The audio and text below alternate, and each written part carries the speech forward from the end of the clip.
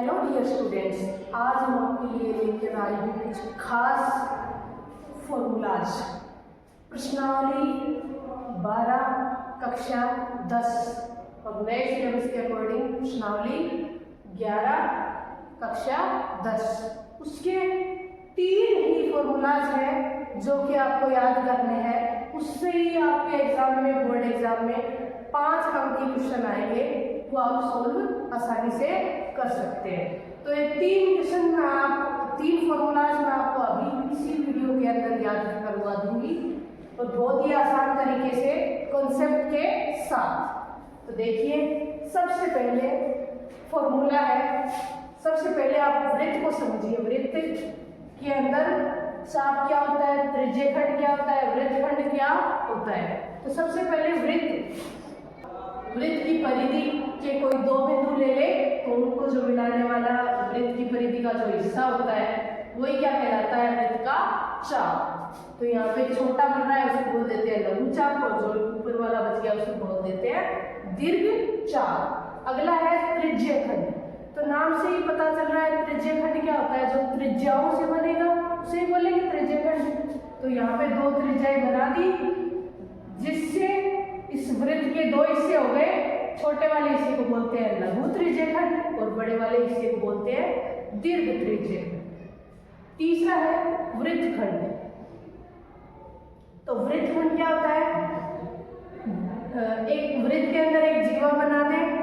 जीवा बनाने से वृत्त के 2 खंड, 2 हिस्से हो जाते हैं। छोटे वाले हिस्से को बोलते हैं लघु वृत्तखंड और बड़े वाले हिस्से को बोलते हैं दीर्घ वृत्तखंड। अब हमें क्या करना है, इस प्रश्नावली के अंदर चाप की लंबाई पूछ सकते हैं, त्रिज्यखंड का क्षेत्रफल पूछ सकते हैं, वृत्तखंड का क्षेत्रफल पूछ सकते हैं। तो उसके तीनों फॉर्मूलाज याद करने हैं। तो सबसे पहले त्रिज्या r वाले वृत्त के एक त्रिज्यखंड का कोण अंशों में दे रखा है थीटा, तो उसके संगत चाप की लंबाई कैसे ज्ञात कर सकते हैं। तो चाप की लंबाई कैसे ज्ञात होगी, चाप किसका हिस्सा है, वृत्त की परिधि का। और हम जानते हैं वृत्त की परिधि कितनी होती है, 2 पाई r। तो 2 पाई r का कौन सा हिस्सा पता करना है हमें, जिसमें कोण क्या आ रहा है, जिस चाप के द्वारा वृत्त के केंद्र पे कोण बन रहा है थीटा। तो थीटा हिस्से वाला कोण पता करना है। और पूरा 2 पाई r परिधि कब बनती है, जब पूरा घूम जाता है। पूरा कोण कितना होता है, 360 डिग्री। तो थीटा हिस्से का पता करना है, तो इसका क्या आ जाएगा फॉर्मूला, थीटा बटा 360 इंटू 2 पाई r, वृत्त की परिधि आ गई। इसी प्रकार हम त्रिज्यखंड का फॉर्मूला भी बना सकते हैं। त्रिज्यखंड का फॉर्मूला क्या आएगा, इसके अंदर क्षेत्र घेरा जा रहा है, ये वाला क्षेत्र अगर हमें ज्ञात करना है और ये कोण है थीटा, तो कैसे ज्ञात कर सकते हैं, पूरा अगर होता तो पूरा क्षेत्र हम जानते हैं वृत्त का क्षेत्रफल क्या होता है, पाई r स्क्वायर, और हमें थीटा हिस्से का पता करना है। तो चलिए की तरह क्या आ जाएगा, थीटा बटा 360 इंटू पाई r स्क्वायर। अब तीसरा है वृत्तखंड का क्षेत्रफल कैसे ज्ञात कर सकते हैं। तो वृत्तखंड के लिए हमने क्या किया, वृत्तखंड के जो जीवा के दोनों हिस्से थे उनको मिला दिया वृत्त के केंद्र से, तो 2 त्रिज्याएं बन गई। तो हम इसको कैसे ज्ञात कर सकते हैं, इस त्रिज्यखंड का पूरे का जो ये त्रिज्यखंड बनता है इसका क्षेत्रफल माइनस क्या कर दे, संगत त्रिज्यखंड का क्षेत्रफल माइनस कर दे संगत ये जो त्रिभुज बन रहा है इसका क्षेत्रफल। तो किसका क्षेत्रफल आ जाएगा, वृत्तखंड का क्षेत्रफल। और इस त्रिभुज का क्षेत्रफल निकालने का भी एक फॉर्मूला है, अगर वो आप वो याद कर ले तो आपको कोई भी दिमाग लगाने की जरूरत ही नहीं है, बस 3 फॉर्मूलाज याद करने हैं। तो इसका क्षेत्रफल, इस त्रिभुज का क्षेत्रफल होता है 1/2 r स्क्वायर साइन थीटा। इस फॉर्मूले से, इन तीनों फॉर्मूलों से आप पूरी प्रश्नावली 12 की जो नए सिलेबस में 11 की है आसानी से कंप्लीट कर सकते हैं। तो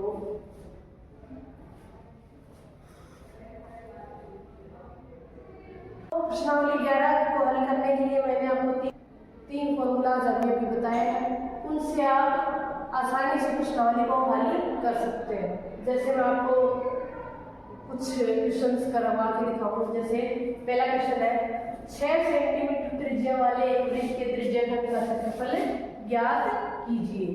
त्रिज्याखंड का क्षेत्रफल है, कौन सा फॉर्मूला आ जाएगा? जो कोण होता है थीटा, अगर मान लीजिए कोण है थीटा, तो त्रिज्याखंड सबसे पहले जो दिया हुआ है मान वो लिख लेते हैं। क्या दिया हुआ है? 6 सेंटीमीटर त्रिज्या और कोण दिया हुआ है 60 डिग्री। त्रिज्या r का मान दिया हुआ है 6 सेंटीमीटर और कोण थीटा दिया हुआ है 60 डिग्री।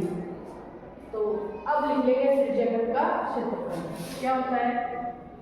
त्रिज्याखंड का क्षेत्रफल हम जानते हैं क्या होता है? थीटा बटा 360 इंटू पूरे वृत्त का जो क्षेत्रफल होता है क्या होता है? पाई r स्क्वायर। इसमें हमें बस मान रखना है।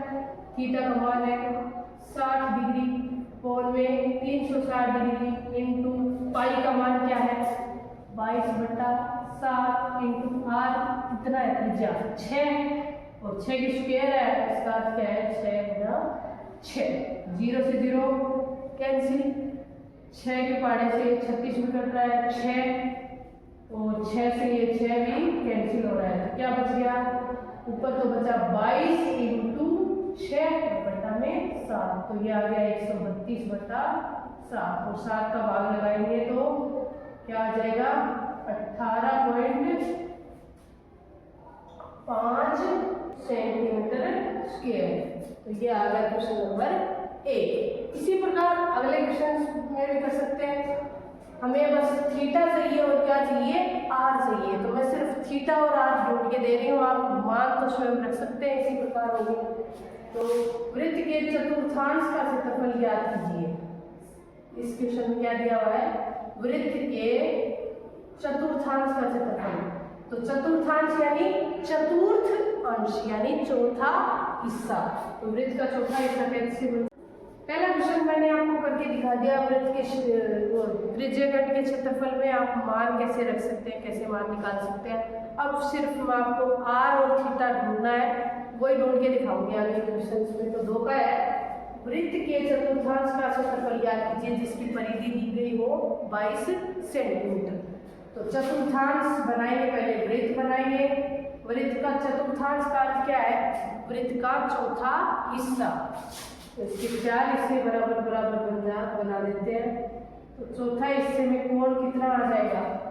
360 डिग्री के 4 हिस्से कर दिए तो 360/4 यानी 90 डिग्री। ये आ गया चतुर्थांश का कोण। थीटा बराबर आ गया 90 डिग्री और r बराबर इसमें दे ही रखा है कितना है? परिधि दे रखी है, यानी परिधि का मान क्या दे रखा है? 22 सेंटीमीटर। तो इससे आप r ज्ञात कर सकते हैं।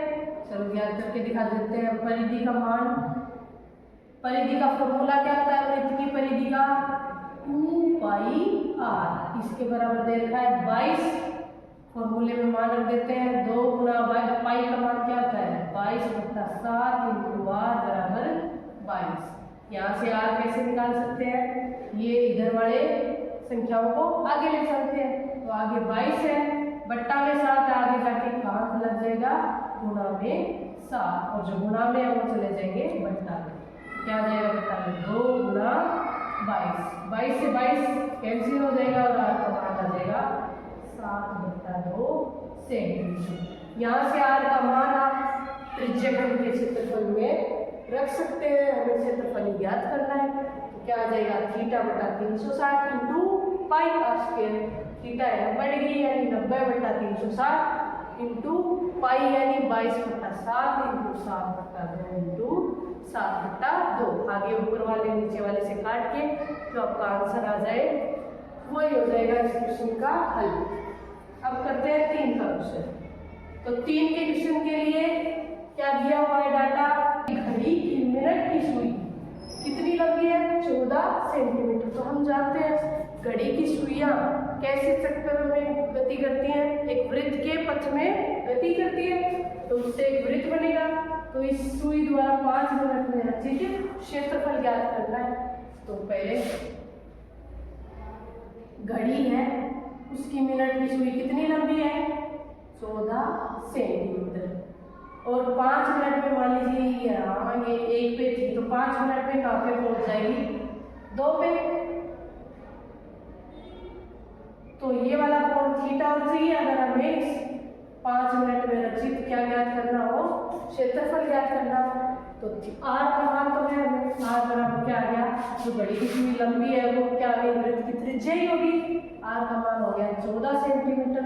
थीटा कैसे ढूंढ सकते हैं? 5 मिनट में रचित क्षेत्रफल ज्ञात चाहिए, तो 5 मिनट में घड़ी की सुई कितना कोण बनाती है? तो हम जानते हैं कि घड़ी की मिनट की सुई पूरे 60 मिनट में एक वृत्त का चक्कर लगा लेती है। तो क्या हो जाएगा? घड़ी की सुई द्वारा 60 मिनट में बनाया हुआ कोण कितना कोण बना देती है? पूरे 60 मिनट में वृत्त का एक चक्कर लगा देती है, यानी पूरा 360 डिग्री। तो घड़ी की सुई द्वारा फिर 1 मिनट में देखेंगे, 1 मिनट में बनाया हुआ कोण क्या देगा? 360 डिग्री बटा में 60 से क्या जाएगा? 6 डिग्री। अब हमें कितने मिनट में चाहिए कोण? 5 मिनट में। घड़ी की सुई द्वारा 5 मिनट में बनाया हुआ कोण क्या देगा? ये जो 6 डिग्री है ये तो 1 मिनट में बनता है, तो 5 मिनट में कितना बन जाएगा? 5 × 6 डिग्री, यानी आ गया 30 डिग्री। तो यहाँ पे थीटा का मान क्या आ जाएगा? 30 डिग्री। थीटा का मान आ गया, आर का मान आ गया। रचित क्षेत्रफल यानी त्रिज्या खंड का क्षेत्रफल निकालना है, जो कि अब आप आराम से फॉर्मूले में रख के ज्ञात कर सकते हैं। तो ये प्रश्नावली इसी प्रकार है, इसी प्रकार आप मान रख के कर सकते हैं। आगे भी आपको बता देंगे हिंट्स की कैसे करना है। ठीक है स्टूडेंट्स, आगे मिलेंगे आपके साथ एक नई वीडियो में नए फॉर्मूलाज के साथ। Thank you. Please like, share and subscribe my channel for more videos.